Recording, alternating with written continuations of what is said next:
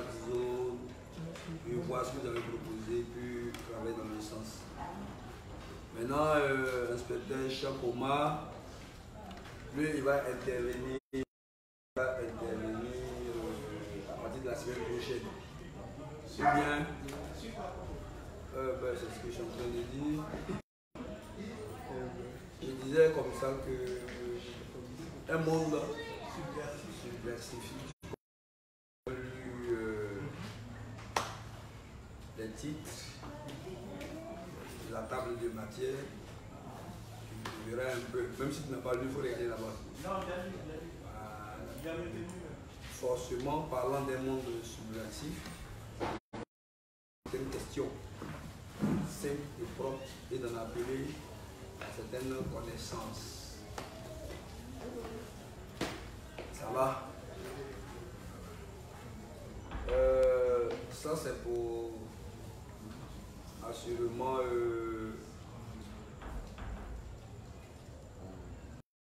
du mercredi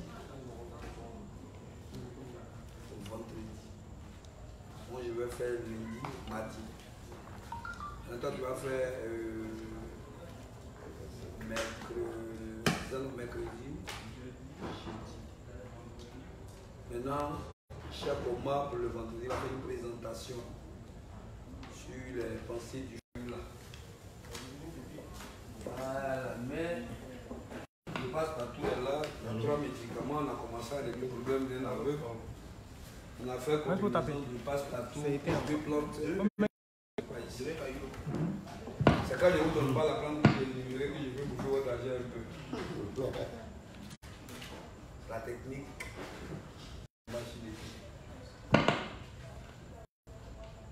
Oh ben.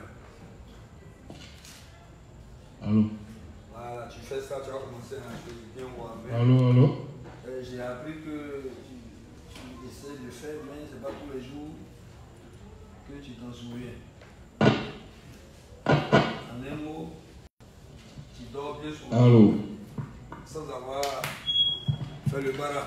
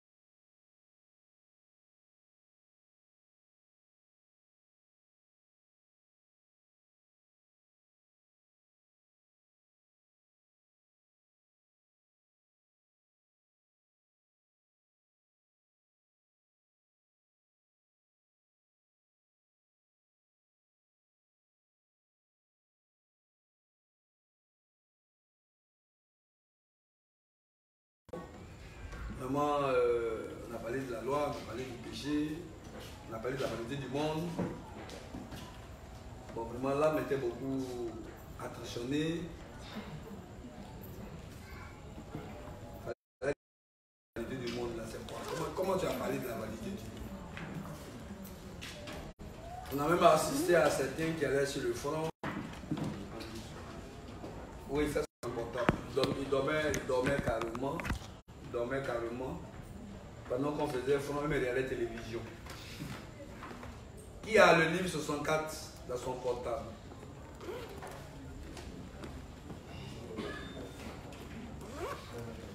Tu vas nous aider en prenant... Allô?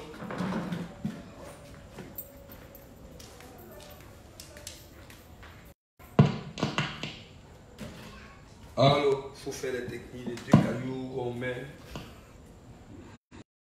Ah. viens, il faut être là. Un caillou éternel. C'est-à-dire, quand tu arrives, tu as les yeux à peu près partout, là au moins. Quand il y a un qui n'est pas là, qui a l'habitude de faire ça, tu peux imiter. Hein? On s'est moqué de robot ici. C'est-à-dire, il a pris le trépied, c'est pas comment on fait, regarde, ça commence à dire ça. Bon, il faut être là. Allô?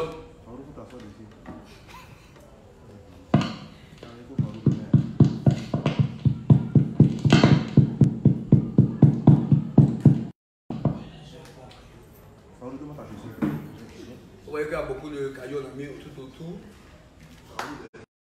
Demain, on aura besoin de quelques volontaires comme un peu pour harmoniser le son tout autour. Donc, il y en a que je vais appeler voilà, pour faire ça. Non, tu viens, tu choisis ton heure où tu es libre, tu viens siffler un peu, tu t'en vas. Pourquoi, par exemple, Christelle, je vais l'appeler, on va faire un peu. Vous voyez comment ça fonctionne, ceci. C'est les choses, ça c'est pas un seul jour qu'il faut faire ça, il faut faire un peu. Amen. Bon.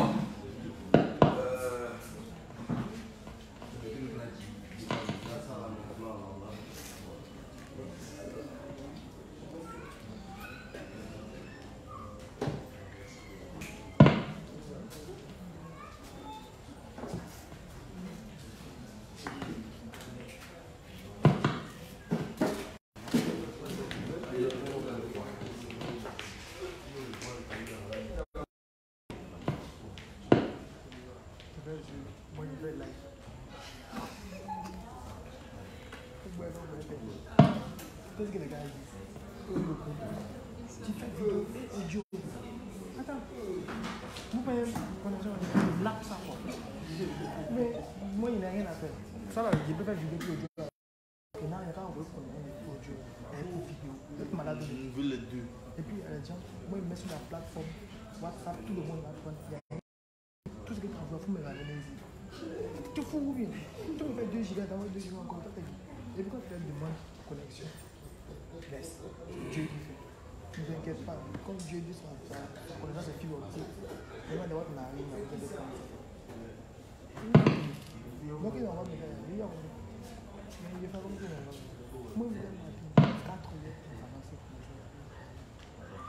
C'est là où il va. On va me faire 7 heures après.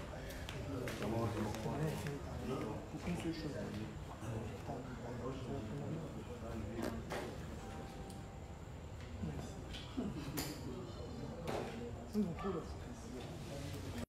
Il s'agit de ça. En tant que véritable chrétien, né de nouveau, ayant la sainteté en nous, travaillons à la recherche en tout point à la perfection, nous comptons puissamment et suffisamment le Saint-Esprit pour son apport, pour nous booster, pour nous encourager là où nous ne pouvons pas nous en sortir, pour nous aider à réussir ça. Donc, n'ayons crainte, comptons sur lui parce qu'il aide véritablement. Mais, comme dans une classe, les choses se font progressivement selon le zèle que nous y mettons. Parce que les Écritures disent que l'esprit du prophète est soumis au prophète. Amen. Donc, s'il y a un juste qui a le livre 64 en ouvrage électronique, page 26, paragraphe 3, ligne 1 à ligne 4, il retient nécessité de fréquenter une église où le pasteur est né de nouveau. Il nous lit ça. Je répète après lui.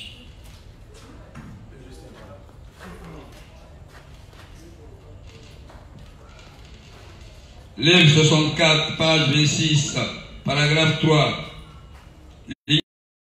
Nécessité de fonder une église où le pasteur est né de nouveau. Alors comme c'est un nouveau terme là, le grand titre.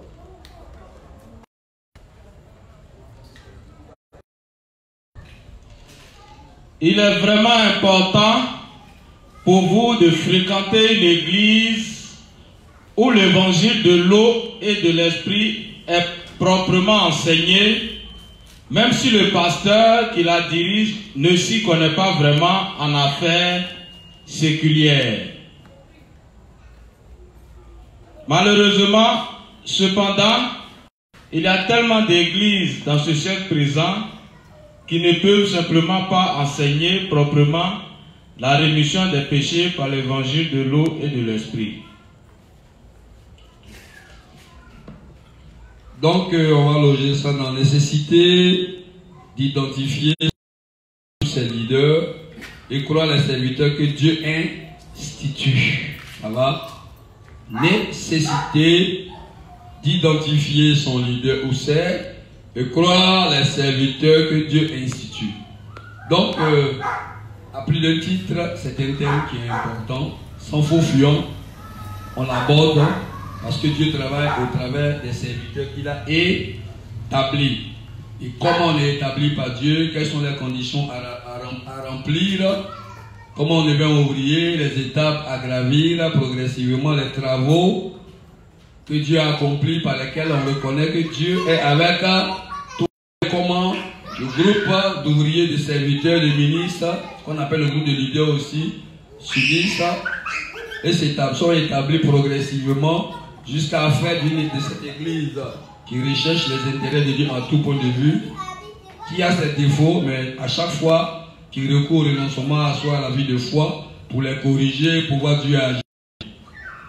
Donc, comment on devient leader, comment on devient serviteur, ouvrier, à quel signe on reconnaît que quelqu'un a approuvé, pour éviter les débats sur il était serviteur dans le légalisme, il est le de nouveau, il est toujours serviteur, tout en gardant tout le bagage du légalisme, ce qui a pour conséquence de créer beaucoup de difficultés à lui-même et de mettre en péril les âmes. Donc, l'intention n'est pas de calomnier, de contredire, qui question. Ben, c'est un principe biblique parce que identifier, reconnaître un homme que Dieu approuve nous apporte de grandes bénédictions, permet à l'œuvre d'évoluer, permet à plusieurs serviteurs de naître de nouveau, permet d'étendre la main d'association et tous ceux qui le comprennent reçoivent de grandes bénédictions. Et le pays lui-même finit par être couvert, même si ceux qui y sont ne sont pas des justes, mais aux 4 points déjà des serviteurs étant élevés, ils peuvent apporter une certaine protection par leur service sur le pays. Donc, il est important de connaître un serviteur de Dieu parce que Satan, quand il est faux, il va se glisser dans des pensées nombreuses, légalistes, mondaines ou des pensées séculières sorties de nos traditions, de nos émotions, de nos fréquentations, de nos traditions. Et c'est cela qu'on prend pour diriger. Donc pour ne pas sortir du faux, pour être dirigé par 3 quarts de faux et 1 quart de vrai, il nous faut travailler là-dessus. Amen. Donc c'est dans ce but-là. Pour ne pas que c'est de nouveau, comme il n'y avait pas de pasteur dans la zone, bon, on t'appelle pasteur par l'habitude, donc toi aussi tu es content. Tu penses que tu es un pasteur. Et la jalousie gagne ton cœur. Quand un véritable homme de Dieu arrive, tu n'es pas tout le temps calomnier tous ces dits, alors que tu sais au fond de ton cœur que tous ces dits sont vrais et que quand on applique, Dieu y agit. Donc, tu commences à faire le tour du village, le tour de personnes, le porte-à-porte, pour dénigrer tous les dires. Tôt ou tard, tu finiras par subir les assauts de Dieu, parce que Dieu a l'intention d'instituer dans le cœur de ses âmes, parce que les âmes sont à lui, tous ces principes-là pour mieux travailler. Mais toi, comme tu regardes les offrandes, tu regardes, on t'appelle à papa, à toutes ces choses, regardes, c'est ton avenir que tu regardes, alors que on peut ne pas te faire des offrandes, tu es un homme de foi comme Abraham et bien d'autres comme David et autres. Et puis, c'est toi-même, c'est sur toi-même on fait avenir. Amen. Un homme de Dieu doit être dans les pensées de Dieu. Un homme de Dieu commet des erreurs. Et il doit les corriger. Mais il y a un minimum de niveau qu'il doit avoir avant d'être approuvé par Dieu. Donc, tu peux être pasteur de ton église et tu nais de nouveau. Tu es pasteur, mais non approuvé par Dieu. Tu peux être quoi encore? Mais non approuvé par Dieu. Parce que tu es un enfant spirituel. Et quelqu'un qui a duré dans l'église, tu n'as pas appris, tu n'as pas étudié, tu n'as pas remporté les challenges. Tu ne sais pas comment exercer la foi, tu n'as vraiment pas progressé. Ce n'est pas un ancien. Nous, on a changé le concept de durant. Il a duré à l'église, mais il n'a rien appris, donc il ne peut pas être suivi, il ne peut pas diriger quelqu'un. Donc bien souvent, parce qu'il a beaucoup duré, les gens ont beaucoup appris dans la théorie comme dans la pratique, et qu'après cet âge, ils ont été institués, il a un discours de dénigrement, de jalousie, et il occupait toutes ces petites erreurs pour en faire un tollé, un grand problème. Amen. Donc nous allons à la lumière des enseignements du révérend qui sont tirés tous des Écritures, nous allons présenter comme ça d'abord. Nous n'avons pas un problème de lecture de la Bible. Nous avons longtemps lu la Bible. Pour certains, 200, 300, 400, d'autres on ne peut même plus compter. D'autres, 50. Mais le problème se pose au niveau de la compréhension. C'est ce qui justifie que nous lisions les sermons du révérend pour voir sur la question comme il est approuvé par Dieu, comme il l'a mené. Et d'autres jours, on prendra uniquement la Bible pour examiner, voir et comparer. Mais déjà, comme nous l'avons déjà fait, nous avons accepté, appliqué ces dits, nous savons que Dieu est avec lui. Donc, c'est pour les justes ici, d'ailleurs, du monde entier, qui n'ont pas de repères, qui ne savent pas comment identifier ces serviteurs de Dieu. Et parce qu'ils croient rapidement que, parce que quelqu'un leur a prêché l'évangile de l'esprit, c'est un serviteur de Dieu. Mais non, dans l'église de Dieu, même les enfants de 3 ans prêchent l'évangile. Amen. Tout le monde prêche sans être servi. Ça, c'est ce que nous faisons par obligation, par nécessité. Sans être dans un ministère à moyen temps, à mi-temps ou à plein temps. Ça va.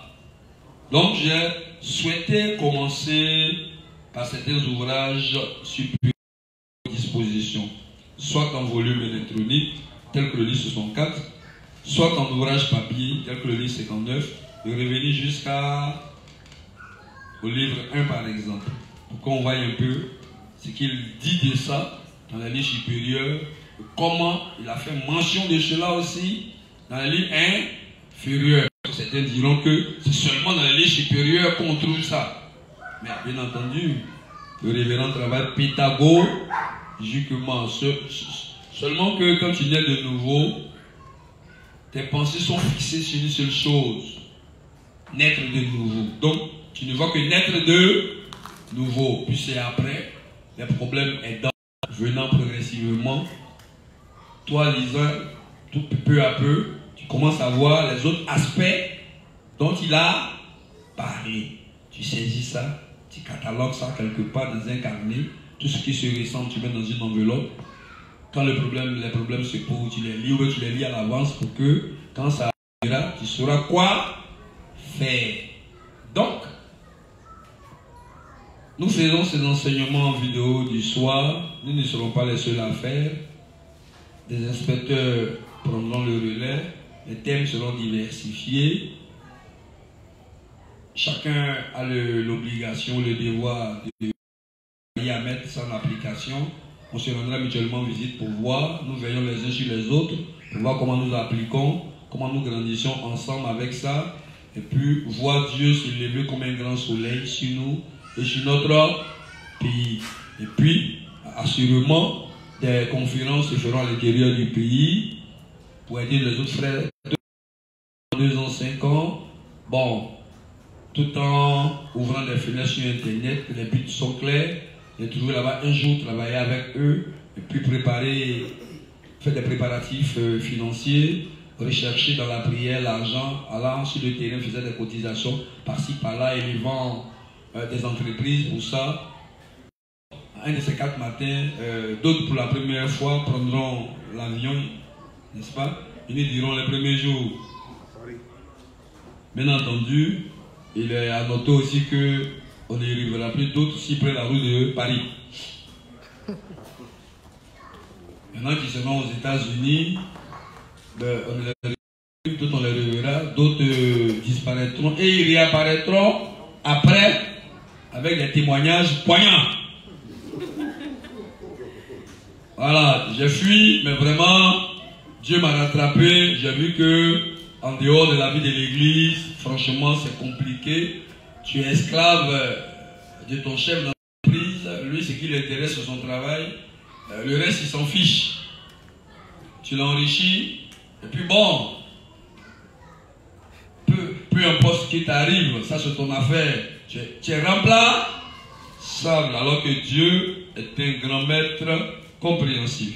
Donc, nécessité, comme c'est dit dans le volume 64, page 66, paragraphe 3, ligne 1 à ligne 4, nécessité de fréquenter une église où le pasteur est né de nouveau. C'est bon parce que quand un pasteur n'est pas né de nouveau, il raconte beaucoup de choses parce qu'il n'a pas le Saint-Esprit, il a encore ses péchés, donc ses pensées sont hautement. Donc il est bon de fréquenter une assemblée où le pasteur a ses pensées renouvelées par le Saint-Esprit. Maintenant, une fois que on aborde ce sujet, dans les autres parties, on aura une clarification. Parce que, comme on l'a dit comme ça, le monsieur il était apôtre, docteur, et puis il est de nouveau, puis garde encore ses mêmes titres de noblesse, sans le contenu, tu fais son niveau. Ce n'est pas de ça qu'il s'agit. Vous voyez?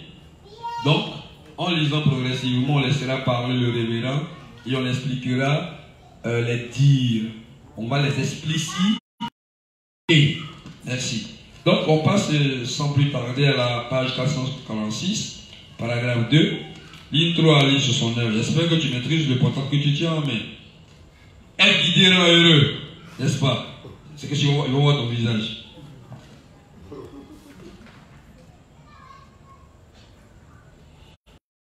Dans la loi de Dieu sont les plus heureux.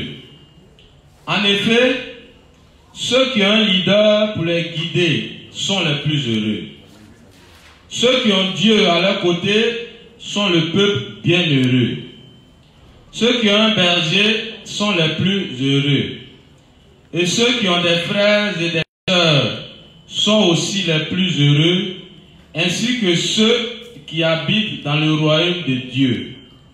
Dieu nous dit ici clairement, vous observerez mes lois et vous les mettrez en pratique. Donc, on va présenter, on va lire certains autres livres qui vont expliciter pourquoi quand on est guidé, on est dans une église guidée par un leader approuvé par Dieu, par des leaders approuvés par Dieu, par des évanciers approuvés par Dieu, pourquoi on est heureux. Voilà, on est heureux parce que nous ne sommes pas trompés par les pensées de Satan. On est heureux parce que quelles que soient les difficultés, c'est des choses par lesquelles ses prédécesseurs sont déjà passés. Par moments, ils ont échoué, par moments, ils ont réussi. Ils sont devenus recommandables parce qu'ils ont pu au bout de compte s'en sortir. Et ils savent toujours se référer à Dieu pour que le hic, le problème soit résolu. Donc à plusieurs reprises, ils ont pu avoir une bonne note aux yeux de Dieu. Donc, les nantis de ça, c'est ça là qu'ils ont comme bagage. C'est ce qui fait que quand il dit fais ça, tu dois abandonner tes pensées et puis aller dans la pensée divine dans laquelle il te dirige. Parce qu'il voit plus loin que toi. Mais je ne vais pas expliciter. Je vais laisser 3 livres comme ça. Et puis, donc ça va. Donc on prend le livre 59. N'est-ce pas? C'est rapide aujourd'hui. Mais c'est normal. À Bobo, on a travaillé sur le mariage. J'avais dans ma tête bien entendu tous les thèmes. Puis je posais les questions aux différentes femmes. Rangées par rangées, personne par personne. Quand la question était comme 1000 watts, tu donnais ça à ta voisine derrière. Ça va? Il y a eu des bonnes réponses, il y a eu des réponses évasives, il y a eu des réponses vraiment communiquées par le Saint-Esprit parce qu'elles n'ont pas étudié, puis elles ont répondu comme ça au hasard. Voilà. Et elles ont répondu au hasard, elles ont trouvé au hasard. Mais la vue de foi n'est pas un hasard. 165, paragraphe 1.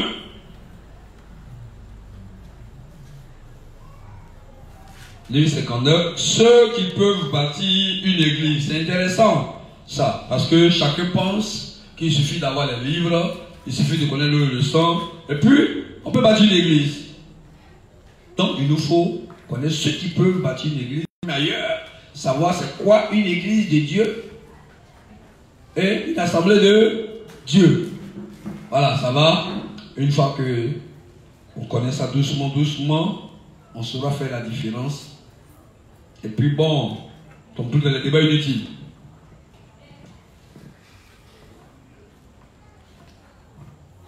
Livre 59, page 365, paragraphe 1.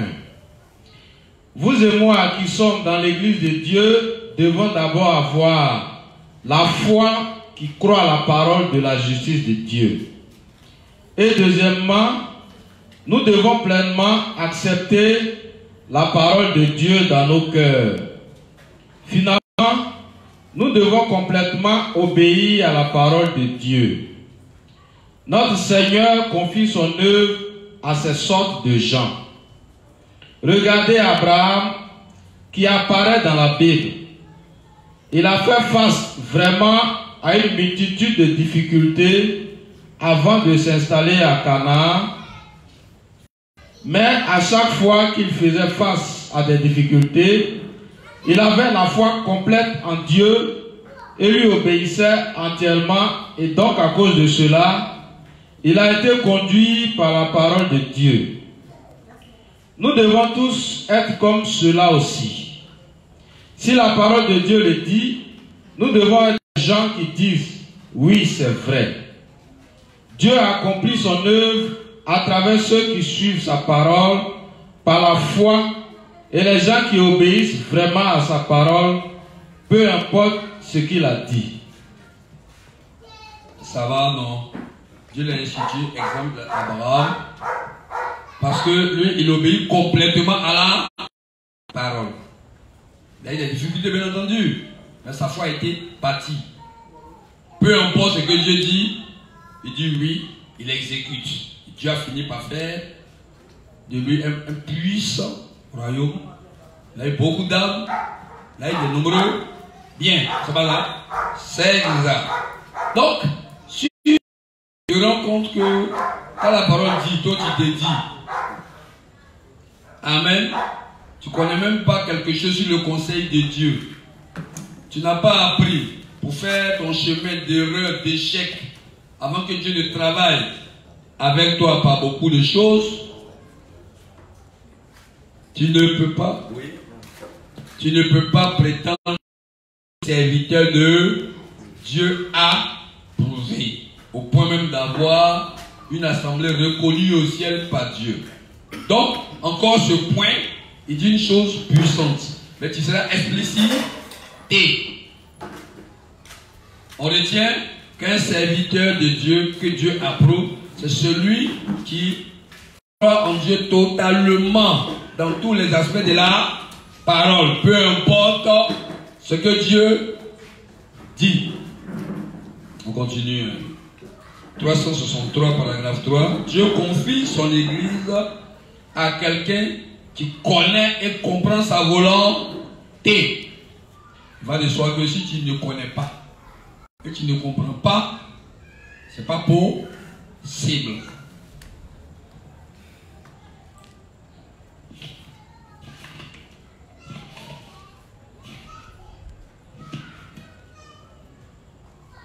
Page 363, paragraphe 3. Cependant, si Abraham avait une tâche importante à une personne plus jeune, que serait-il arrivé? Ce serviteur aurait pu ne pas revenir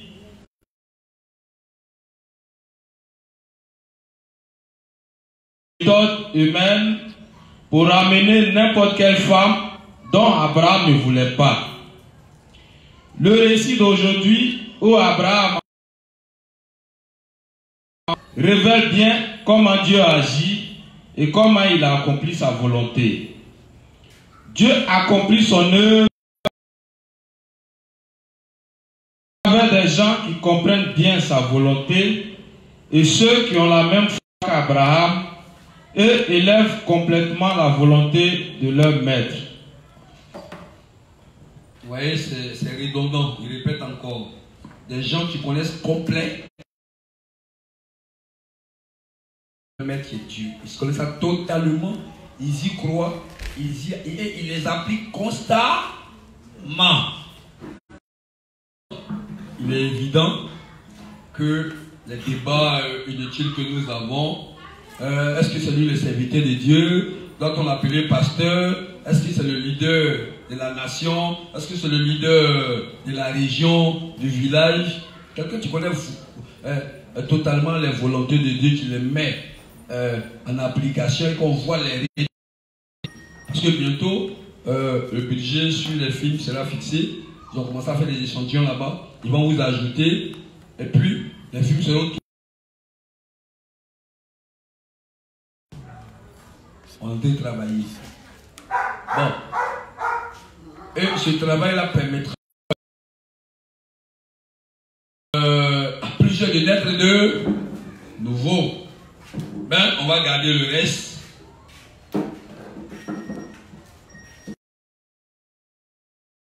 On commente. On fait imitation d'idées. Amen. Donc, ici, c'est un serviteur de Dieu. Il comprend, il connaît tout. Abraham. Ça va? On va poursuivre encore. Tu apprêtes page 91. Page 92, paragraphe 1. Nécessité de respecter les seniors dans l'église. Paragraphe 3, 92, paragraphe 1. Il est extrêmement important pour vous d'écouter vos dirigeants dans l'église. Vous devez réaliser ici que, bien que Dieu parle à travers la Bible parle à travers les dirigeants d'église et vos prédécesseurs dans la foi. Il y a ceux qui sont devant vous dans l'église. Chacun dans l'église n'est pas au même stade spirituel. Quelqu'un qui a reçu la rémission des péchés, quelqu'un qui l'a reçu il y a 5 ans. Le nombre d'années qu'un saint a passé dans l'église est la preuve de l'obéissance de ce saint. C'est l'histoire vivante de la foi de quelqu'un. La Bible dit: tu te lèveras devant les cheveux blancs et tu honoreras la personne du vieillard et tu craindras ton Dieu. Moi je suis l'Éternel. Lévitique 19, 32. Quand vous regardez les seniors dans l'église qui sont âgés, tout en tout en maturant dans leur foi, ils ont beaucoup d'expérience et d'histoires à vous raconter. Il y a beaucoup de sagesse et de trésors cachés en eux. Et ils ont tant de sagesse accumulée pendant les années en vivant dans ce monde en tant que gens de foi. Et tu poursuis encore 92, paragraphe 3, 93, paragraphe 1. Dans un sens similaire, en tant qu'étudiant de notre école de la mission, vous ne devriez pas ignorer vos prédécesseurs dans la foi. Vous ne devriez pas considérer les autres dans l'Église au même niveau que vous, indépendamment du temps depuis lequel quelqu'un est un saint racheté. Quand quelqu'un qui vient de recevoir la rémission des péchés il y a 1 mois ignore un autre saint qu'il a reçu il y a 3 mois, c'est qu'il ignore en fait toute forme de sagesse.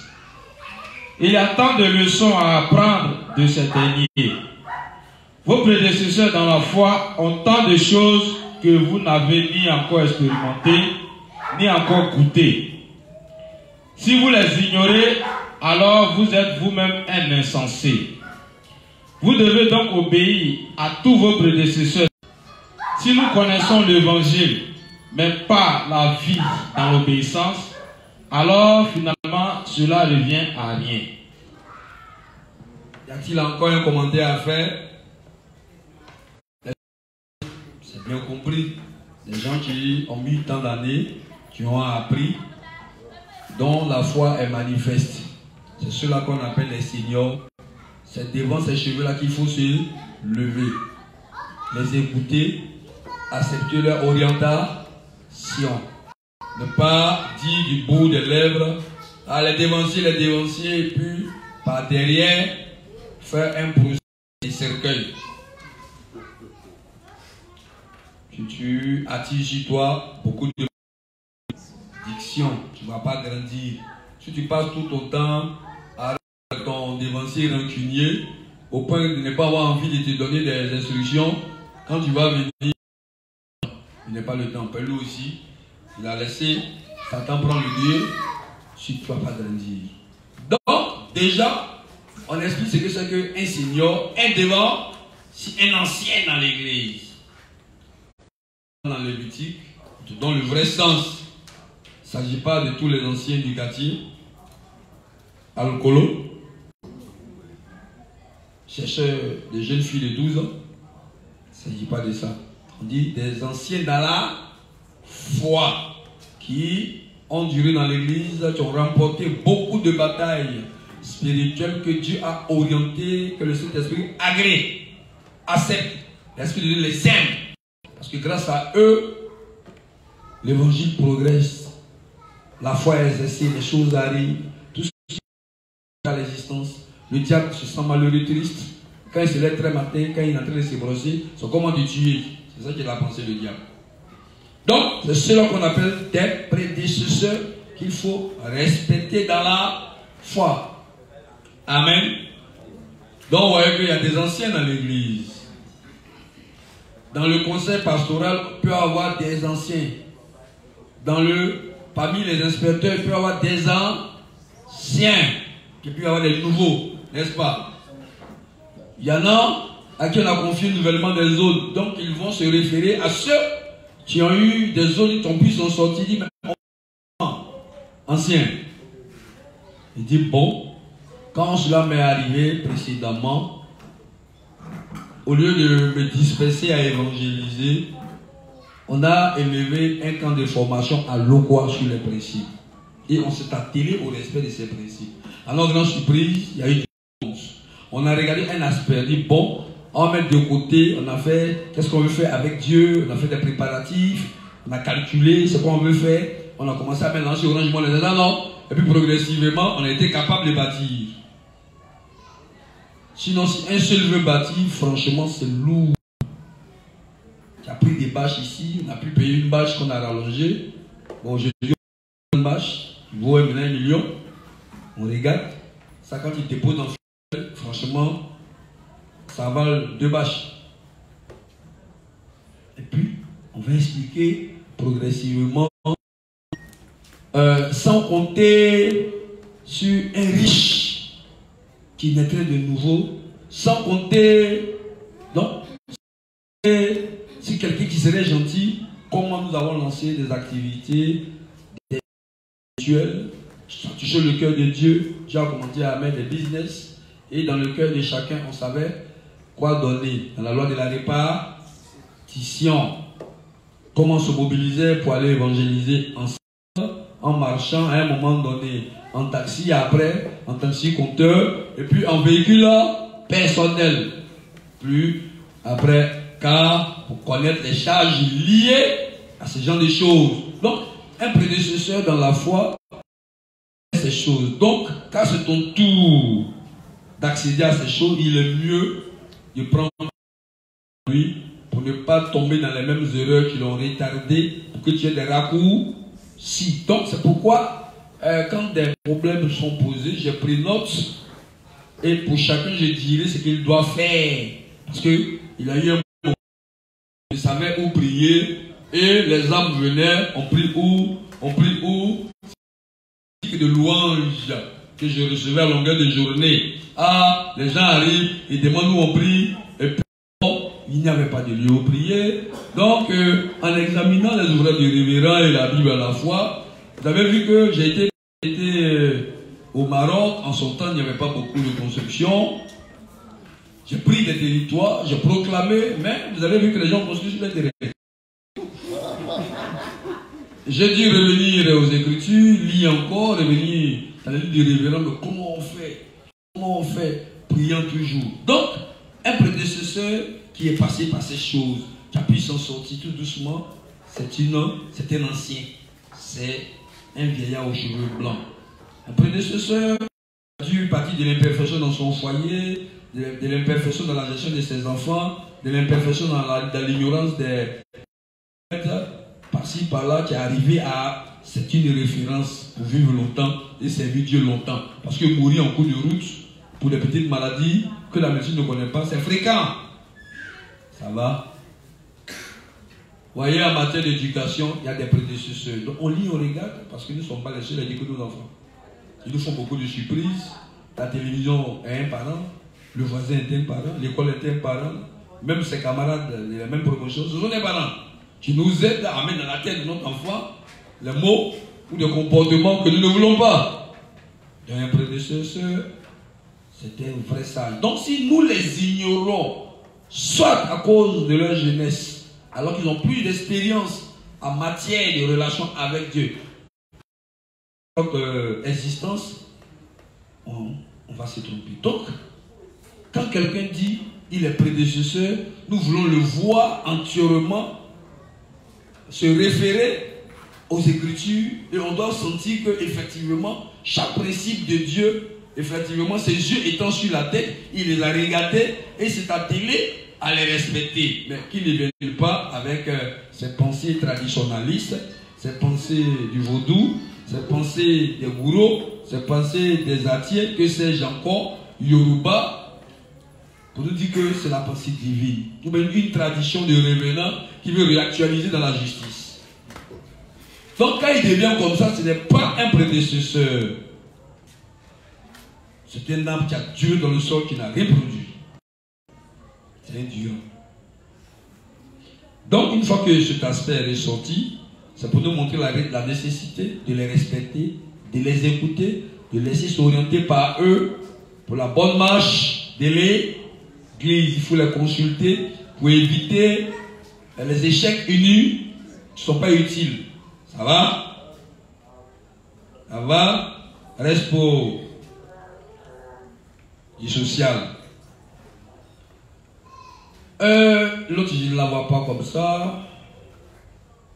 La femme de l'inspecteur Wenceslas.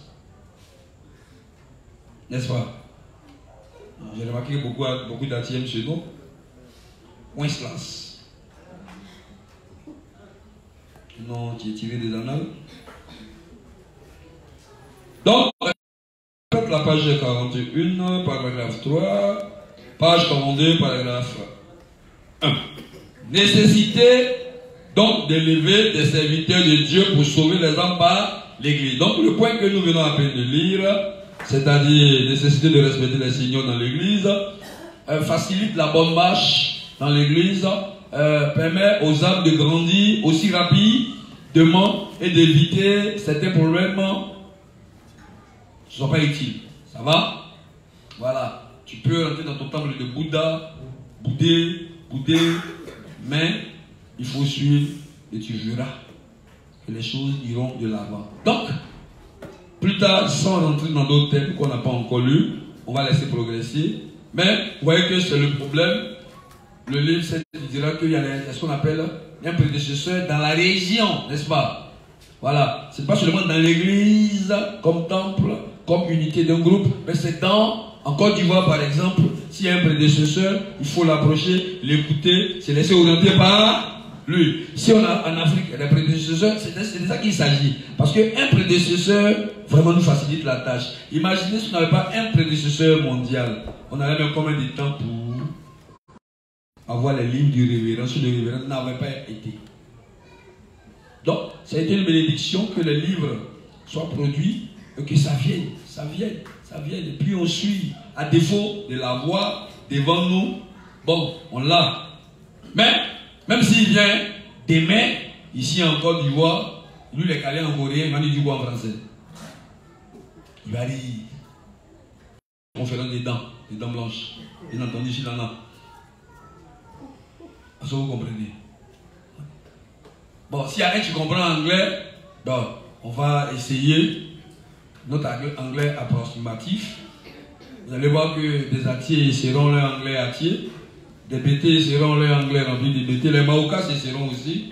Et vous verrez dans chaque anglais les traces de chaque ethnie. Il ne va pas bien saisir tous les mots. Bon, on va compter si Alban va venir, on va voir ce qu'il va dire. Il va mettre un peu de chocolat dedans. Bon, mais si nous ne comprenons rien en anglais, il peut mentir pour nous donner. Donc il est bon qu'on comprenne un peu. Si tu ne comprends pas du tout, l'interprète est un grand menteur.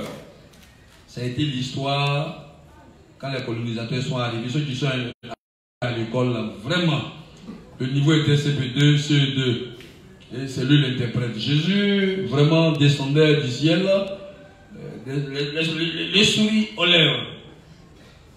Donc la réaction du public baoulé montrait bien entendu que ce n'était pas un souris ordinaire. C'était des souris qui étaient suspendues à ses lèvres, d'après l'interprète. Il dit, hein? Oui. Donc, le prédicateur tout heureux pensait que cette partie de la prédication était rentrée.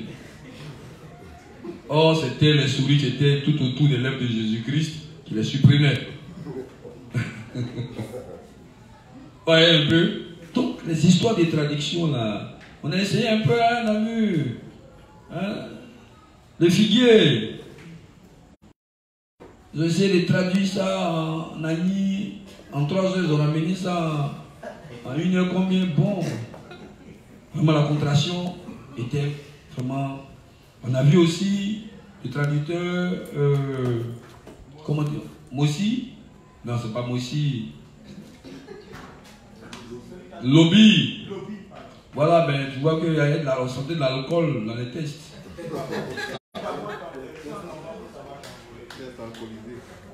Voilà. Bon, expérience pour expérience, franchement, il est bon que les personnes soient nées de nouveau. Qu'elles sont nées de nouveau, elles comprennent ce qu'on est en train de dire, ce qu'on est en train de faire. Elles savent rendre ça. Mais quand le monsieur ne comprend pas ce qu'il est en train de lire, il va dire quoi? S'il essaie d'expliquer, c'est la catastrophe. Parce qu'il s'agit d'expliquer des choses qu'il ne comprend pas. Tout bien. Bon, quelqu'un peut expliquer en disant accouchement in vitro. Procréation in vitro. Et qui essaie en disant il y a accouchement dans vitre. Parce que in vitro n'existe pas en disant. Qui essaie en atier. Ah ouais, c'est... Donc, vous dites, ouais. C'est bon, on va passer. In vitro. Tu connais in vitro toi-même? C'est quoi?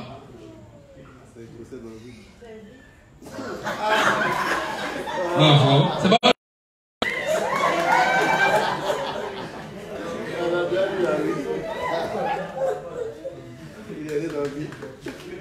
Ah, ma foi,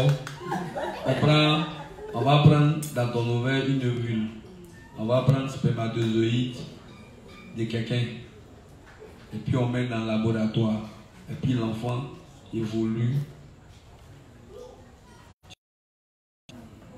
dans une machine qui donne la chaleur nécessaire pour sa croissance. Et puis c'est la machine là qui devient l'homme. On l'enlève. Tu comprends? Il y a ça. Et puis il y a les mères porteuses. Tout ça on met gros mot procréatif. Donc, toi tu dois comprendre d'abord ça. Puis quand tu es dans ton étude, par exemple, tu comprends ton étude. Tu cherches ce qui n'existe pas en mots, ce sont les explications que tu mets. Sinon, si tu as dit vitro, c'est ce qu'on faisait, qu'on faisait tradition en anglais. Quand on voit un mot qui ressemble un peu à un mot français, ou bien en espagnol, là, oh, comprendre.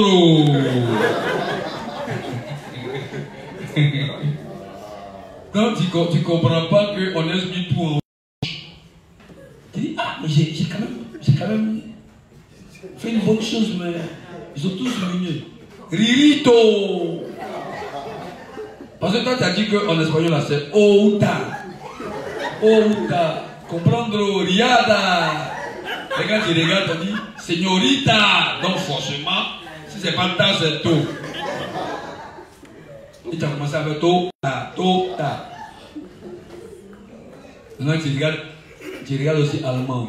Dis, regurum. Donc, tu te dis que c'est un Gouvernement. Dit R. Goum. Uber. Rachou. C'est quoi?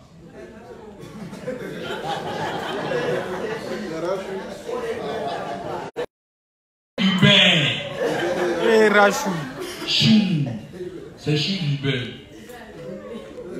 Kartoffelsalat. Tu dis kartoffel. Tu cherches un mot en français qui ressemble à la casserole. Tu dis salade. C'est salade. Casserole, salade, on fait dans casserole. Ça va? Tradition incorrecte. Ich bin böse. Tu dis quoi? Je suis fâché. C'est-à-dire que tu vois pas le mot qui tire sur le français. Donc tu cherches quelque chose. Ça va? Donc, on a eu ces problèmes avec les traducteurs et les auteurs. Ou bien le monsieur il parle puis touche sa tête. Oh, ça peut être sa tête il gratte. Toi tu penses qu'il veut te montrer quelque chose. Sors le mot, veut dire qu'il est chauve. Oh, c'est pas de ça qu'il est question. Donc il y a plein de tests comme ça qu'il faut reprendre. Parce que le traducteur est un bouc. Vous comprenez? C'est un sauvage. Tu vas nous bénir sur la nécessité d'élever les serviteurs de Dieu pour sauver les âmes par l'évangile. Livre 59, page 41, paragraphe 3, page 2, paragraphe 1. Pourquoi faisons-nous l'école de la mission? C'est pour l'évangile de Dieu. L'Église de Dieu est absolument indispensable pour prêcher l'évangile de l'eau et de l'esprit à chaque nation de ce monde. Pour accomplir cela, les serviteurs de Dieu doivent être levés du monde. Nous devons lever des ouvriers de Dieu. Ce qu'il faut, ce n'est pas un grand bâtiment d'église. Cela suffirait si les serviteurs de Dieu étaient levés partout pour prêcher sa vraie parole. quelques églises implantées dans chaque région et plusieurs supplémentaires dans une grande région.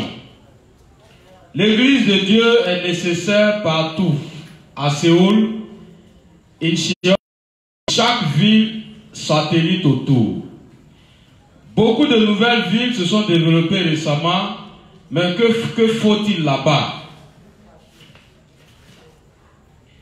Elles ont toutes besoin de l'église de Dieu qui prêche la vérité. Ce n'est pas une église extravagante dont il y a besoin. L'espace n'est pas non plus un souci.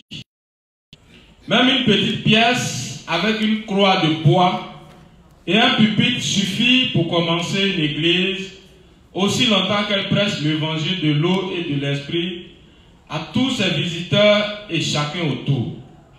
Une telle église est absolument essentielle. Nous avons ouvert notre école de la mission récemment, mais j'ai toute confiance que Dieu a déjà accompli toute son œuvre à travers son église. C'est-à-dire qu'il a déjà expié tous nos péchés et a fait de nous ses saints. Je crois que Dieu nous a rendus heureux. Les serviteurs de Dieu prêchent l'évangile par la foi et conduisent les âmes perdues par la foi dans son église. En faisant cela, ils rendent ces âmes perdues heureuses et donnent de l'espoir à ceux qui étaient désespérés. Toutes ces choses sont faites ensemble par tous ceux qui ont uni leur cœur à l'église de Dieu. C'est pour cela que nous faisons l'école de la mission en mettant notre foi dans la parole de Dieu, tout cela pour lever des serviteurs de Dieu. Donc, vous voyez un peu l'école de la mission, les former en théorie, les amener dans la pratique, ils sont venus, et puis ils sont envoyés dans les différentes zones avec le moindre moyen, avec pas des salles grandes, salles de conférence, anti-théâtre, non, c'est les serviteurs de Dieu, ils savent comment là-bas fonctionne. Bien formés, on va là-bas, ils relèvent tous les challenges. Ça va? Donc, on a tapé, tu seras testé, si tu t'en sors, tout fils sera ton. Donc, ici, c'est bien saisi. Donc, c'est comme ça que nous pensons à faire envoyer des serviteurs, après ça, des tests approuvés par Dieu, les amener. Donc, ils sont des préparatifs. Et vous allez un peu tous les circuits pour devenir un serviteur de Dieu. Mais je teste. Il ne donne pas tout. Donc on va lire tous les tests et puis maintenant s'asseoir, faire ressortir tout le cheminement pour le devenir. Mais on retient qu'il y a une école de formation. Ils sortent de là, il y a les tests nécessairement et puis maintenant on les envoie. Donc c'est à partir de ces serviteurs, il a cité plusieurs villes établies, que ce soit une nouvelle ville et autres, que Dieu agit.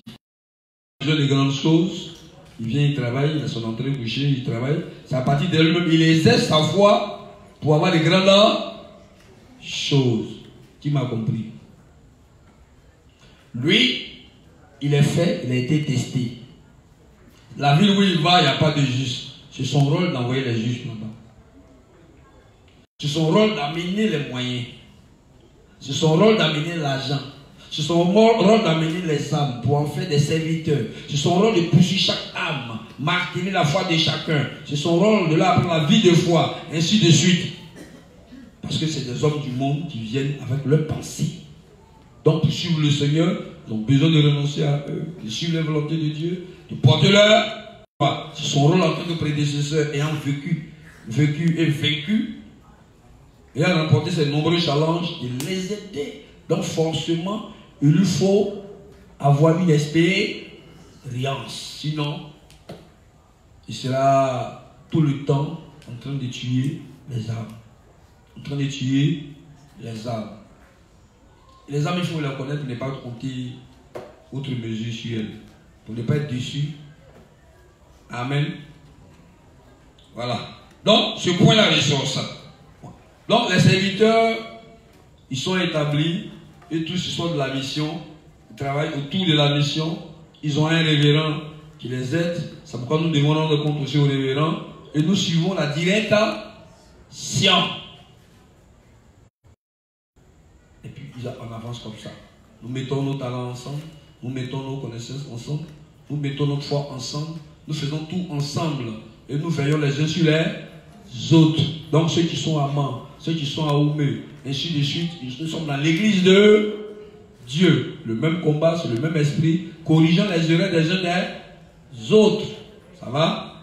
Mais un centre de formation. C'est pourquoi nous voulons aussi faire notre centre de formation. Pour le moment, nous travaillons avec ce centre de fortune. On a déjà licencié pour la formation. C'est de quelle période après période? C'est de telle période à telle autre période. Vous voyez un peu. Mais pour les camps de retraite, c'est de telle période à telle période. On dit ok, on va écrire dans notre cahier de projet. Qu'est-ce qu'il nous faut? À Jacquesville, notre camp de formation sera là-bas. Un centre en même temps notre orphelinat. Tous les contours de la chose et on se prépare. C'est un projet à long terme. Donc on court. En attendant, on fait ça. Amen. Pour marteler l'esprit des uns et des autres. Qu'est-ce qu'il faut savoir? Après un an dans l'église de Dieu, quand tout est uni, tu es né de nouveau, une fois, comment on dit ça, solide, on peut te regarder, te recruter. Et puis, on pour aller sur le terrain, pour voir ton amour de Dieu. Et puis après, c'est un an, deuxième un an encore, on va t'appeler à la formation pour être, on appelle ça participant à quoi? Ouvrier, ainsi de suite, pour voir. Ça va? Donc du coup, cette histoire de pasteur, c'est pas une messe à faire. Le livre 49, c'est page 40, paragraphe 2 à 3. Et puis, tu attaques page 41, 1 à 2. C'est Dieu qui nous utilise selon que nous lui obéissons. Donc, cette partie-là, on va laisser le révérend parler pour ne pas trop monopoliser. Jalousie, les jalousies doivent être évitées parce que c'est Dieu qui utilise en fonction de notre obéissance. Donc, au lieu de dénigrer, de se plaindre, lui là, il se prend pour qui? Non, cherche à obéir autant de fois. Même si c'est auprès de lui que tu dois apprendre, toi, dans ton cœur, il faut que Dieu t'utilise aussi. Donc, comme Dieu est un Dieu d'ordre, il ne passera pas outre l'autre qu'il a établi. Il voudrait que tu apprennes à être gouverné aussi. S'il a approuvé, c'est que lui, il a pu réussir à ses tests. Page 40, paragraphe 2 et 3, 41, 1 et 2. Les disciples de Jésus n'ont pas hésité à servir le Seigneur. Quand Jésus servait sur la terre, quelqu'un lui a dit un jour qu'il suivait le Seigneur après avoir enterré son père décédé. Mais le Seigneur lui a dit de laisser les morts enterrer leurs morts et de le suivre, disant: personne, après avoir mis la main à la charrue, qui regarde en arrière, n'est propre au royaume de Dieu. Luc 9, 62. Cela signifie que lorsqu'il s'agit de suivre le Seigneur, il ne devrait pas y avoir de calcul charnel à faire. Ainsi, Dieu rend témoignage de son œuvre à travers ceux qui, lorsqu'il leur donne de le suivre, disent: oui, Seigneur, je te suivrai. Tu as complètement accompli mon salut. Tu as fait de moi une personne juste. Et tu t'occuperas de tout. En d'autres termes, la gloire de Dieu et son œuvre précieuse sont révélées à travers ceux qui se soumettent à ce que Dieu a fait pour eux et le suivent par la foi. Croyez-vous cela aussi? Croyez-vous que l'œuvre de Dieu est révélée à travers chacun de tous les individus assemblés ici? C'est ce en quoi la foi consiste. La foi en la justice de Dieu ne demande pas d'éducation séculière. Il n'y a pas besoin de dons mondains. Tout ce que nous devons faire, c'est dire oui à ce que Dieu nous dit. Tout nous est-il alors possible? Oui, rien ne sera impossible si Dieu dit qu'il va nous utiliser. Nous tous qui croyons en l'évangile de l'eau et de l'esprit comme ses instruments, sa gloire à travers nous, alors cela se fera certainement. Après tout n'est-il pas possible si c'est la volonté de Dieu? Bien sûr que oui. Croire comme cela, c'est ce en quoi la foi consiste. Vous êtes la deuxième vague d'étudiants formés ici à l'école de la mission. Et si vous croyez vraiment la parole de Dieu et faites confiance et suivez votre dirigeant d'église, Dieu fera certainement de vous ses serviteurs et vous utilisera comme ses instruments. Disons que l'église soit sur le point de vous envoyer quelque part comme ministre. Croyez-vous que Dieu vous a suscité comme son ouvrier? Et croyez-vous aussi que la gloire de Dieu sera révélée et accomplie à travers vous? Si oui, alors vous devrez juste dire oui au Seigneur et le suivre par la foi. C'est ainsi que vous vivez votre foi. Et ce n'est autre que la disposition des gens de foi. Quand Moïse a été appelé par Dieu, il a refusé d'abord d'accomplir son appel, disant qu'il était trop lent de langage. Qui d'autre a donné une excuse similaire? Il aussi a dit qu'il était trop jeune et pas assez éloquent pour accomplir son appel. Mais Dieu leur a dit, ne craignez pas, allez et parlez quand je vous le dirai. Et quand Moïse et Jérémie ont obéi à cette parole, l'œuvre de Dieu a été accomplie exactement comme il avait été promise. Sa volonté s'est ainsi accomplie. Amen. D'accord, donc on va poursuivre. Donc Dieu utilise des gens qui obéissent, c'est ça? Voilà. Vous allez repasser, regarder la vidéo après. Bon. Donc tu prends le livre 58. 258, paragraphe 2, ordre à respecter à l'église.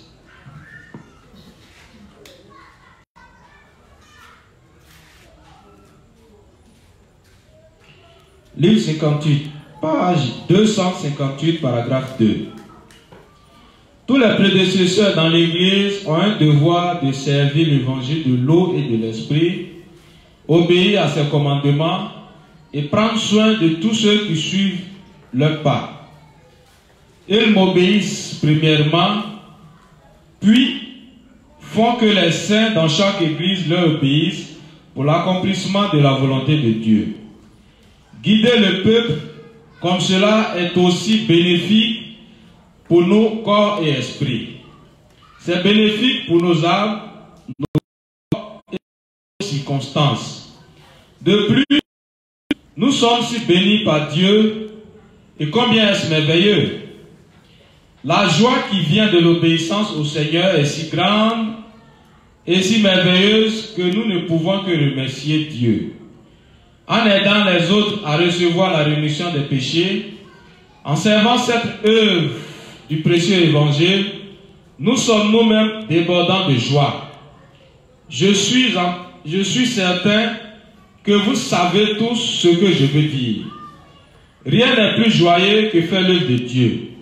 Même si nous pouvons être épuisés physiquement, nous sommes joyeux spirituellement.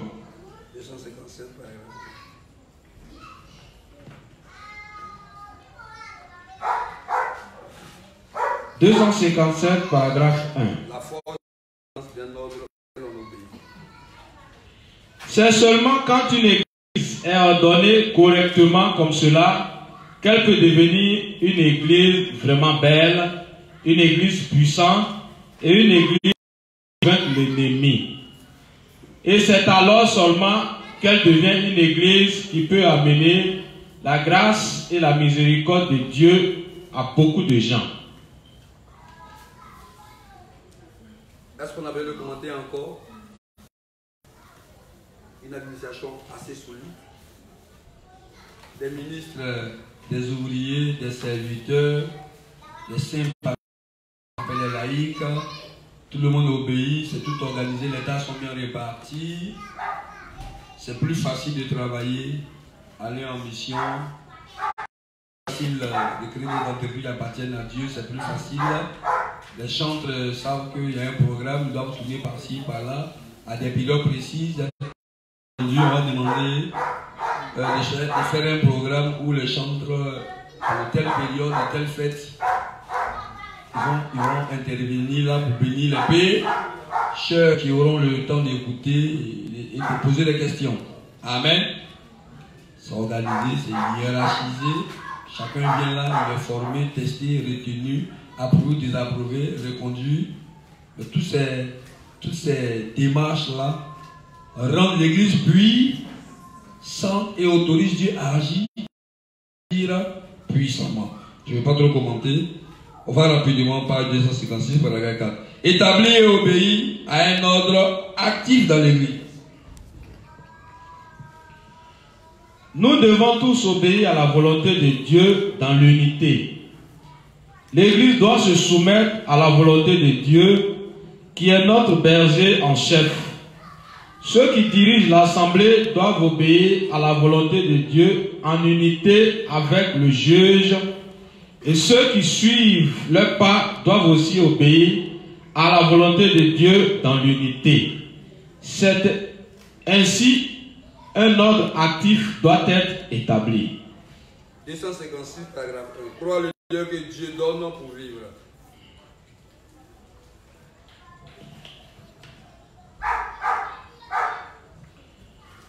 Même si le juge peut avoir des manquements, c'est Dieu qui l'a établi. C'est Dieu qui le soutient et c'est Dieu qui sera avec lui, le guidera et le protégera tous les jours de sa vie. Nous devons le croire. Si nous ne croyons pas cela, alors nous ne pouvons pas vivre notre foi.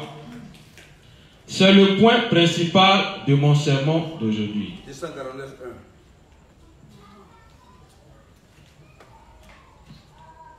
Ce qui arrive quand il n'y a pas de dirigeant, de prédécesseur ou de saint pour conduire. Bien que ce soit un principe basique que vous pouvez bien connaître, cela contient des implications spirituelles extrêmement importantes. C'est le sujet que nous avons traité toute cette semaine. C'est effectivement absolument important que chacun connaisse ce principe basique. Si vous n'avez pas de dirigeant, pas de prédécesseur dans la foi, pas de saint qui sait l'évangile avec vous, et personne qui vous confie du travail pour l'évangile, alors vous périrez certainement.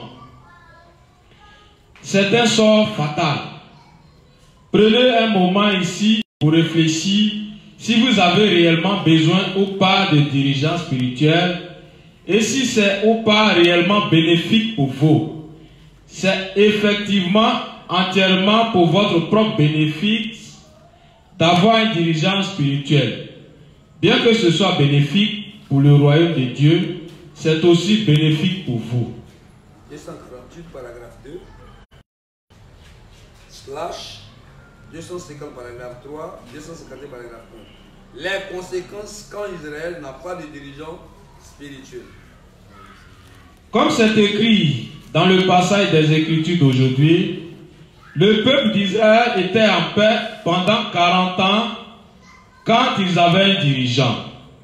Mais une fois que le dirigeant est mort, ils ont commencé à pécher contre Dieu en adorant des idoles et Dieu les a punis en permettant qu'ils soient esclaves d'une autre nation.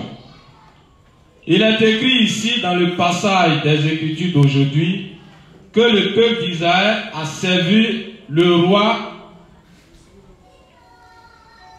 Kushan-Rish Ataïm 8 ans et a ensuite servi le roi Églon de Moab pendant 18 ans. Étant ainsi devenus esclaves, les gens d'Israël devaient donner à une autre nation tout ce pourquoi ils avaient travaillé si dur. En tant que justes, si nous ne serons pas le Seigneur, nous devons servir quelqu'un d'autre. En d'autres termes, si nous ne servons pas l'évangile du Seigneur, nous devons servir le pouvoir ou les gens de ce monde. Quand le peuple d'Israël obéissait au commandement de l'Éternel Dieu, ils étaient prospères et en paix. Mais quand ils cessaient de servir le Seigneur, désobéissant à la volonté de Dieu et rejetaient leurs dirigeants spirituels, voulant vivre selon leurs propres désirs, ils finissaient par être esclaves d'une autre nation. Ils venaient alors prier Dieu à cause de leurs souffrances, et à chaque fois qu'ils le faisaient, Dieu levait un juge pour eux et les délivrait. 250 paragraphe 3, 251 paragraphe 1. Cependant, certaines personnes dans l'Église ne comprennent pas cela, et elles essaient de vivre selon leurs désirs charnels quand elles en ont l'occasion. Mais vivre selon ses propres désirs charnels comme cela, c'est la malédiction. Maintenant que vous avez reçu la rémission des péchés, cela signifie-t-il que vous pouvez vivre selon vos propres désirs charnels et aller quand même dans le royaume des cieux? Est-il correct que vous poursuiviez les gains charnels tant que vous pouvez avoir un certain équilibre entre le service du Seigneur et le service de vos propres désirs charnels? Non, ce n'est pas correct du tout.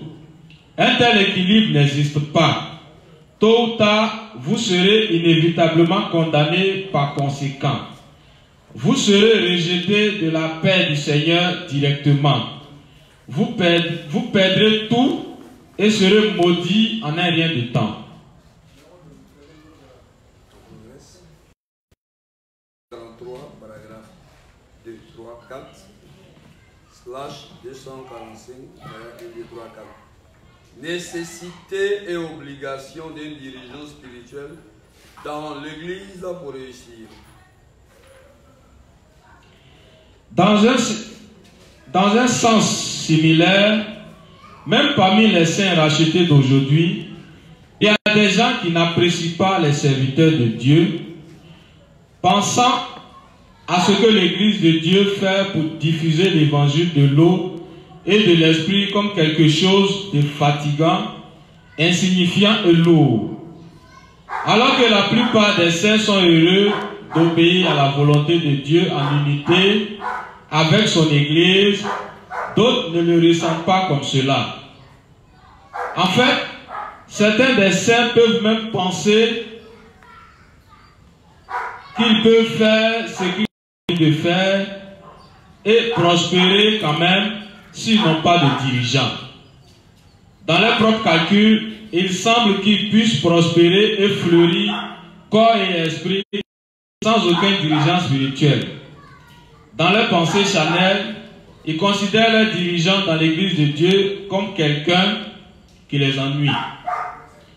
Il peut leur sembler superflu d'avoir un dirigeant spirituel et ils peuvent penser qu'un dirigeant spirituel est juste quelqu'un qui se mêle de leur vie et les oppresse au lieu de leur donner leur liberté. Mais qu'arriverait-il au peuple d'Israël à chaque fois qu'ils étaient sans dirigeant? Ils perdaient les guerres. Qu'en est-il de nous alors? Pour nous, ne pas avoir de dirigeants spirituels signifie simplement perdre les batailles spirituelles. Que nous arriverait-il alors? Nous serions esclaves. Chacun doit se soumettre et servir soit le Seigneur, soit ce monde. C'est une loi immuable. Que préférez-vous alors? Avoir un serviteur de Dieu à vos côtés ou ne pas en avoir.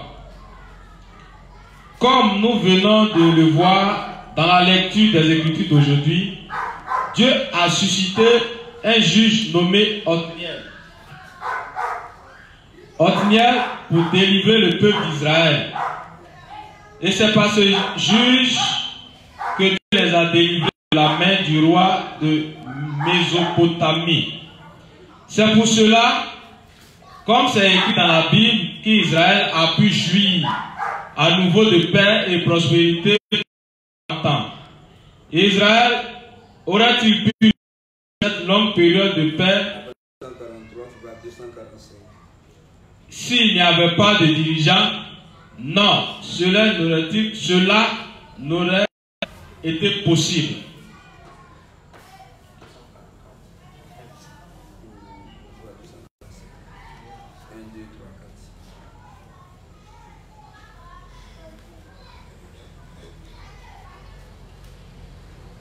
Ce point est aussi dans le passage des Écritures d'aujourd'hui qui montre que le peuple d'Israël pouvait prospérer en paix seulement quand il y avait un dirigeant clair pour les diriger sur la bonne voie.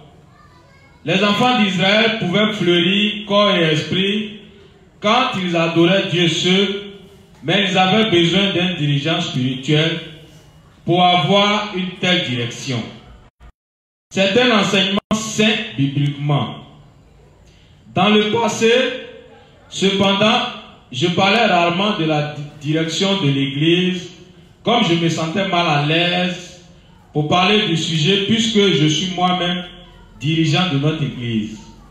Par conséquent, l'Église a fait face à plusieurs problèmes graves causés par des membres qui ont dévié de leurs pensées charnelles, voulaient accomplir les désirs de leur chair. Certains membres ont formé leur propre petite faction dans l'Église. Et quand ils ne pouvaient arriver à leur fin, ils prenaient leurs affaires et partaient, prenant leur propre chemin séparés. Cela aurait pu être évité si ces gens avaient une compréhension claire de la direction spirituelle. C'est une pierre de construction de la foi basique pour le peuple de Dieu que d'avoir un dirigeant spirituel. Vous devez être d'avoir un dirigeant. Et cela devrait aussi être une joie pour vous d'obéir à votre dirigeant. Vous ne pouvez pas tout savoir tout seul, ni ne pouvez tout faire tout seul. Il y a beaucoup plus de choses que vous ne savez pas et ne pouvez pas faire tout seul. Par exemple, quand vous menez votre vie de foi dans l'église de Dieu. Donc, quand vous prenez une décision, c'est très heureux d'avoir quelqu'un de plus sage à consulter et à qui demander conseil. Donc, si vous avez un dirigeant d'église sur qui vous appuyez, vous devriez vous considérer très heureux. Effectivement, c'est une bénédiction merveilleuse que les justes aient un enseignant. Le problème cependant, c'est que certains saints justes sont trop enclins à ignorer leurs enseignants spirituels et c'est une chose très insensée.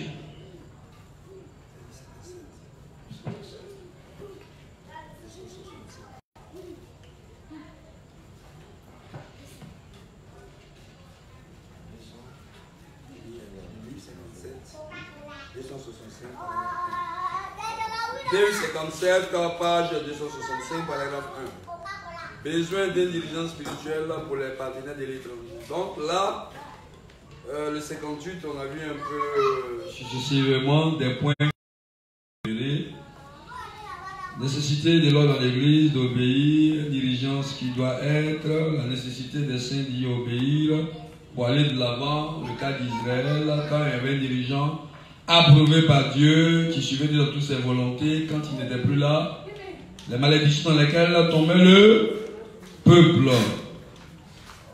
Le comportement des saints, ne pas les reconnaître, ne pas les admettre dans leur cœur et passer outre leurs conseils, les conséquences qui en résultent. Bien entendu, nous ne faisons pas l'apologie des dirigeants, mais montre-leur la nécessité, l'importance, et puis comment reconnaître un bon dirigeant. C'est des points sur lesquels on revient, comme on le devient, sur la question que les pensées soient aussi claires. Donc, est-ce que c'est le révérend qui a établi tant? Est-ce que j'ai établi? Vous n'avez qu'à lire les faces supérieures. Vous verrez que l'Esprit de Dieu va établir à travers chaque nation des dirigeants ou des leaders. Aille de là, va au travers d'eux. Donc, ce point du volume 57, 265.1 est intéressant, d'autant plus qu'il règle ce problème. Les autres points vont spécifier des aspects précis. Et là, le pasteur est né de nouveau. Est-il encore toujours pasteur? Non. Il s'entoure de pasteurs légalistes, à la fois non approuvés. Ils sont des pasteurs, on les appelle pasteurs. Mais remplis. Donc, les autres tests vont corriger. Et puis, on va progresser. Que ceux qui ont aillent de l'avant, ceux qui sont dans les caractères du légalisme, restent dans les chaînes du légalisme. Amen. Allez, on y va.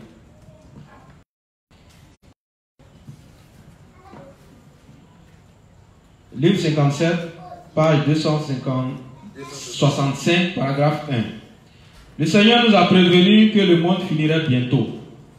Donc, nous devons témoigner et prêcher l'évangile de l'eau et de l'esprit à chacun dans ce monde. Je prêche la volonté de Dieu non seulement pour vous les ouvriers en Corée, mais aussi pour nos partenaires à l'étranger. C'est ainsi que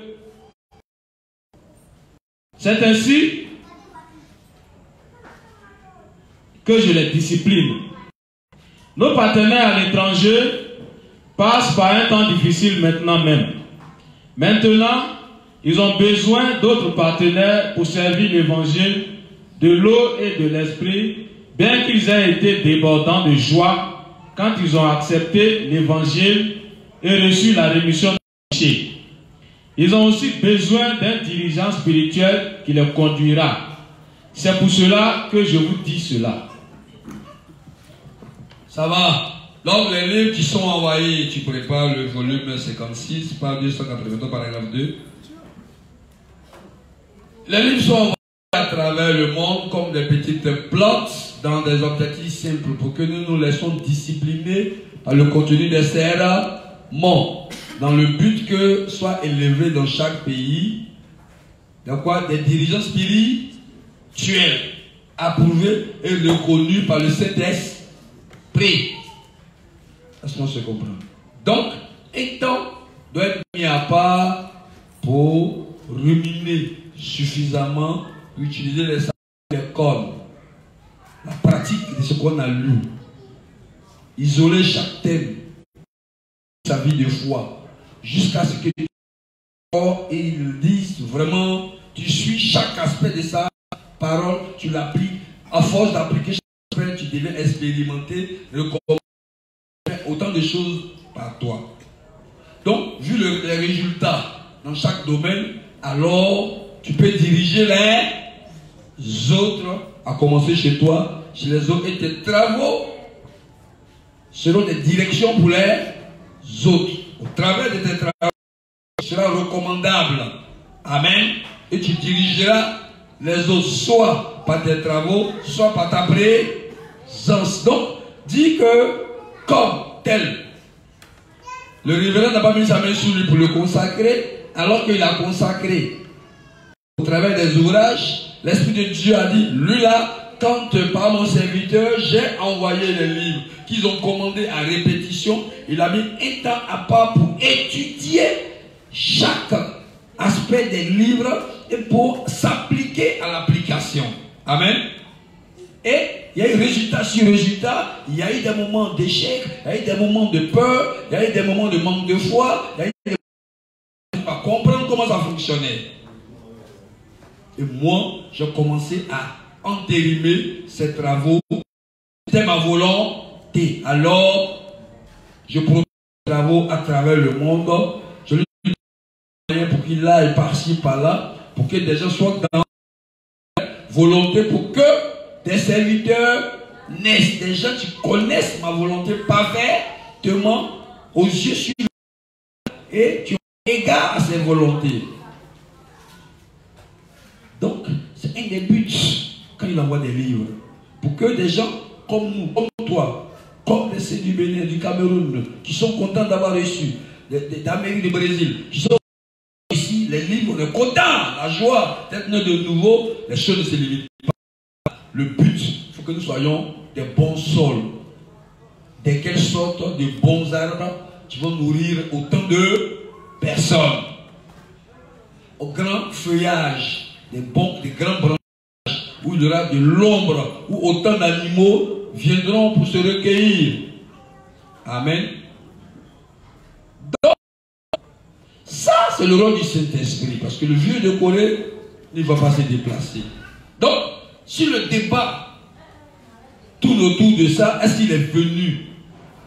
C'est que les documents, les prédications, les sermons n'ont pas été lus et étudiés pour voir la pensée du révérend pasteur Paul Séan, pour la suivre. Cela veut aussi dire qu'on ne connaît pas les thèmes développés, les expériences consignées dans les ouvrages proposés comme guide, sans occulter la Bible elle-même qui est notre référence. Donc, il y a des débats.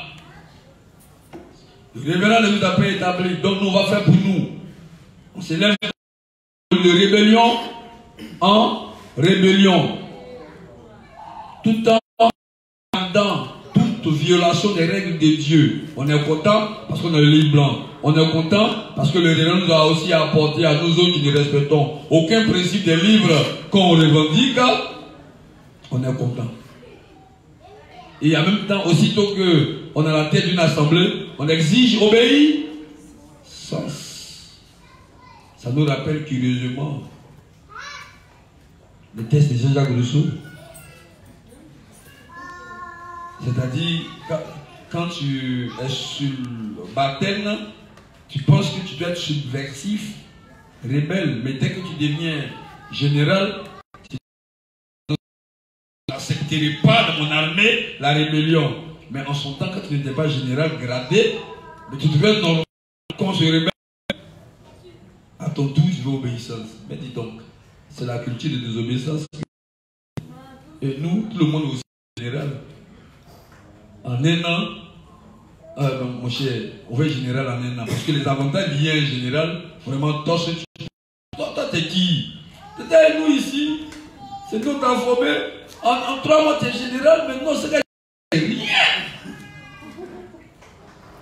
Ou bien, et beaucoup de pensées comme ça animent les justes parce qu'ils ne connaissent pas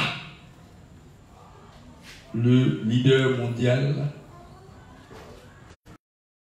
dont ils suivent les sermons. Il y en a même qui disent qu'est-ce que c'est le leader mondial? Mais il a tête de nous diriger dans le monde. Ces sermons vont partir partout dans le monde, en Chine, au Japon, en Corée, en Côte d'Ivoire, dans toute la terre, et dit comment on doit faire les choses. Et puis on dit est-ce que c'est le leader mondial? C'est quoi, c'est même pas le monde. Quelqu'un dont les travaux parcourent chaque périmètre de la terre. Il est en train de voir. Et puis il est clair dans ce volume 57. C'est pour que ceux qui ont reçu, qui sont contents, appliquants deviennent, que parmi eux soit suscité un leader. Amen. Et un leader, ça ne s'auto-proclame pas. Un leader, c'est le travail. On dit leader, c'est le mot anglais, leader, dirigeant, conduire. Il te conduit dans quoi? Dans toutes les voies de Dieu par lesquelles lui-même il est passé. Il avait ça en théorie, il a appris à connaître la théorie, après il a appris à connaître la pratique. Et dans la pratique, c'est les notes D, trois paroles, après la les 48 20, les 50, les 100. Il a les notes dans les airs. Mais quand il y a un challenge, il fait l'apprentissage. Mais il a un niveau minimum qui le recommande. Il peut diriger une assemblée. C'est quoi une assemblée? Sans la diriger à la façon du légalisme. Il sait comment amener Dieu à donner son argent, à donner chaque aspect des bénédictions. Mais il ne torture pas les âmes, il ne les menace pas. Avec des grands doigts, avec des grands pouces, avec des gros index. Amen. Tout en ayant incarné des recensements, tu fais quoi dans la vie? Allô? Est-ce que tu as payé ton offrande? Parce que j'ai rien dans le cahier, j'ai pas vu. J'ai pas vu ton nom, je sais pas.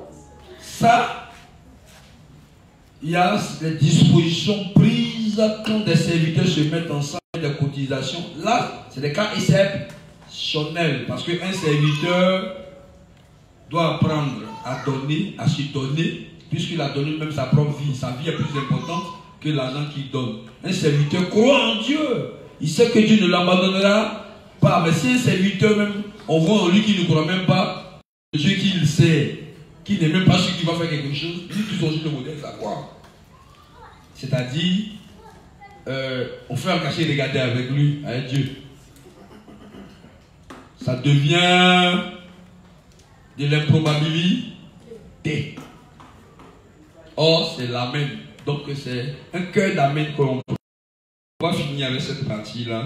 Là, comme ça, la prochaine fois, on va tomber sur 54, 55, 51. Donc, daignez bien qu'on attaque le 56, 283, paragraphe 2. Le titre, c'est « Les saints ne doivent jamais s'opposer aux dirigeants de l'Église ». Et on s'arrête là et on bénit le Seigneur.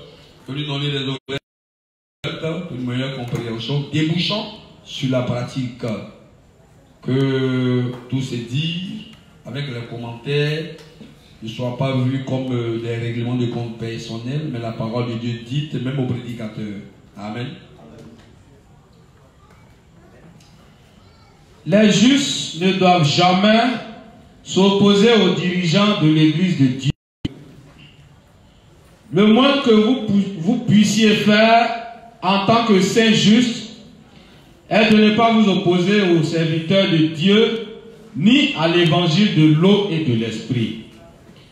Même si vous vous sentez blessé par certains dirigeants de l'Église, vous devez essayer d'être compréhensif et vous rappeler vous-même, que même vos dirigeants à l'Église peuvent parfois être aussi faibles que vous et avoir autant de manquements.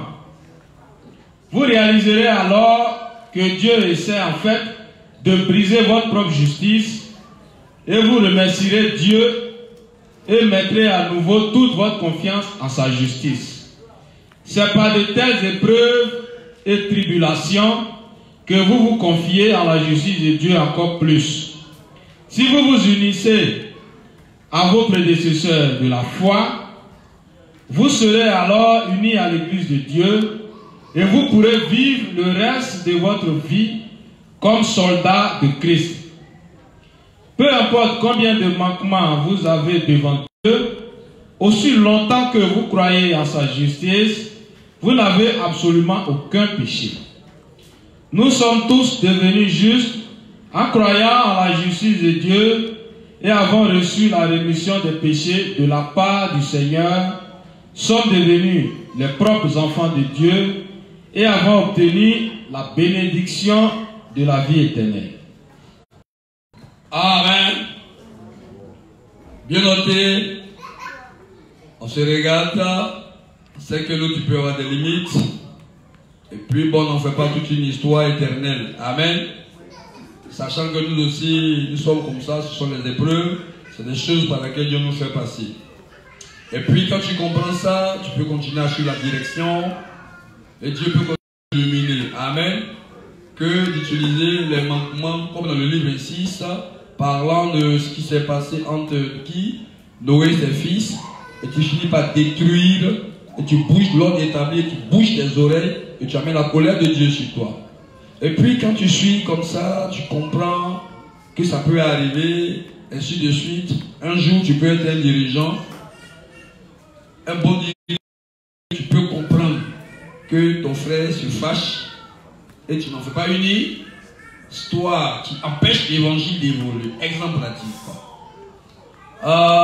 L'inspecteur Cédric s'est disputé avec sa maman. Amen. Ça, il y a des points quand tu entends ça. Bon, c'est malhonnête parce que la relation normale entre un enfant et ses parents, il y a obéissance et désobéissance.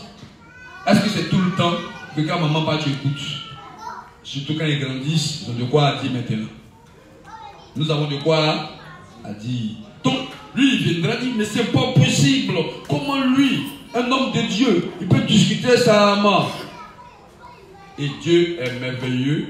Lui, ce n'est pas une dispute. Lui-même, ça débouche des rixes. R-I-X-E.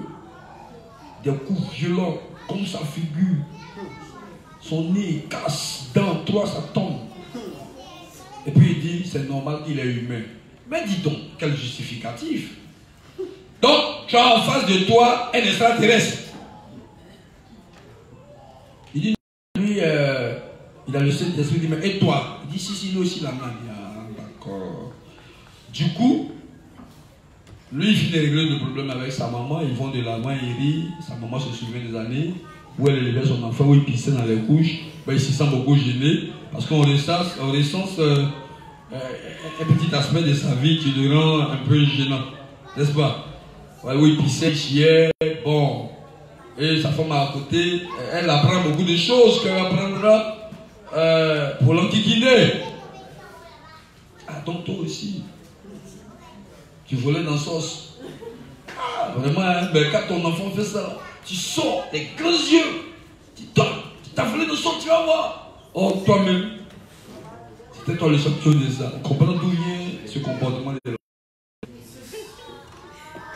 Donc, ça fait que le petit, quand son papa commence, il dit, ah, papa, grave, maman dit.